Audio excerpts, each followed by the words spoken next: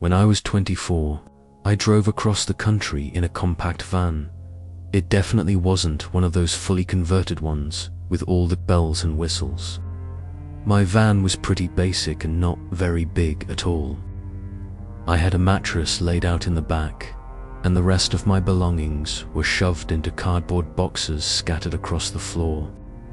I was headed to the West Coast, where my parents lived, planning to leave most of my stuff at their place while I tried to figure out what I was going to do next. To be honest, everything felt pretty chaotic at the time. This was also the first long-distance drive I'd ever done on my own, and the first time I wasn't staying in hotels along the way. The first full day on the road actually went okay. It was tiring, but I was able to handle it. I ended up driving about 15 hours total, and by the time I felt ready to stop, it was close to midnight.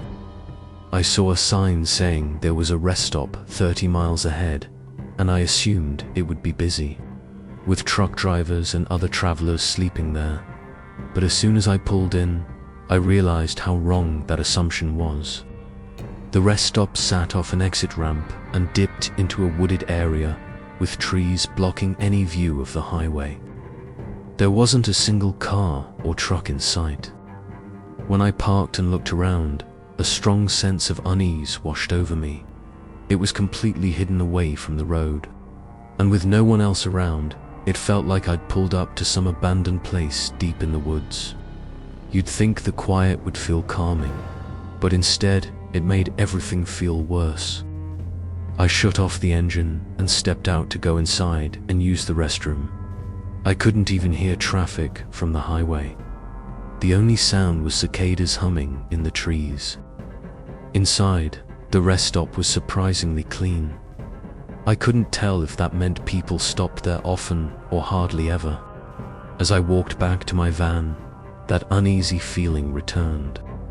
The forest surrounding the lot was thick, and it felt like something or someone could be watching from the trees.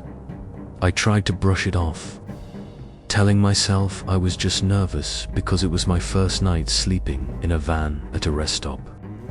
I climbed back inside, pulled a curtain across the front of the cab so no one could see into the back, and laid down on the mattress.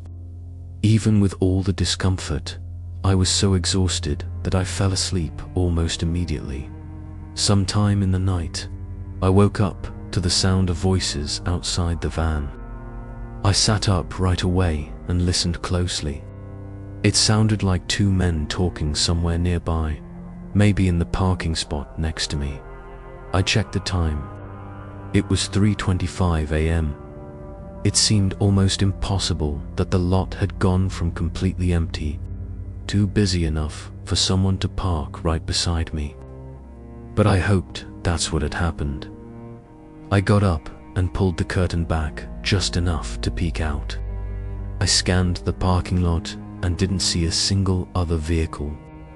Then I looked out the other window and immediately locked eyes with a man standing just outside, staring straight at me. I froze.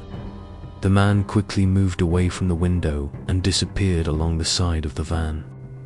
I backed away and pulled the curtain shut again, my body completely stiff. I heard the two men whispering to each other for a moment, and then everything went silent. No voices, no footsteps, nothing.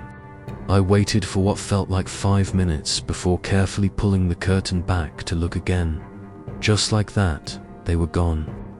I looked everywhere, even checking the mirrors, but there was no sign of them. The only explanation was that they had slipped into the woods, which left me even more shaken. I grabbed my keys, started the van, and pulled out of the rest stop. There was no chance I was staying there after what had just happened. I began driving, and I'm not sure if the warning light hadn't turned on yet, or if I was too focused on getting away to notice it right away. But I had only made it about halfway up the ramp to the highway when I realized the van was struggling badly to gain speed. That's when I saw a flashing red light on the dashboard. It was for my back right tire, and the moment I noticed it, I could feel it too. The wheel felt heavy, like it was dragging along the road. I checked the mirror, and it was even worse from that angle. My stomach dropped. I knew instantly it had to be those men outside the van. I tried as hard as I could not to panic, but terrifying thoughts came rushing in anyway. I scanned the mirrors over and over, making sure the men weren't coming from any direction, while my mind raced to figure out how I could get out of this. The biggest issue was that I had stopped on an uphill stretch leading to the highway, and with a damaged tire, the van couldn't make it up the incline. Then I heard a noise outside. I looked toward the forest beside me. I stared for a moment, feeling the tension build, and then there was a sudden knock on the window next to me. It was the same man, smiling as he knocked on the glass. He asked if I needed help and said he could change the tire for me. He added that I probably wasn't going anywhere with the wheel in that condition. His voice was disturbingly calm.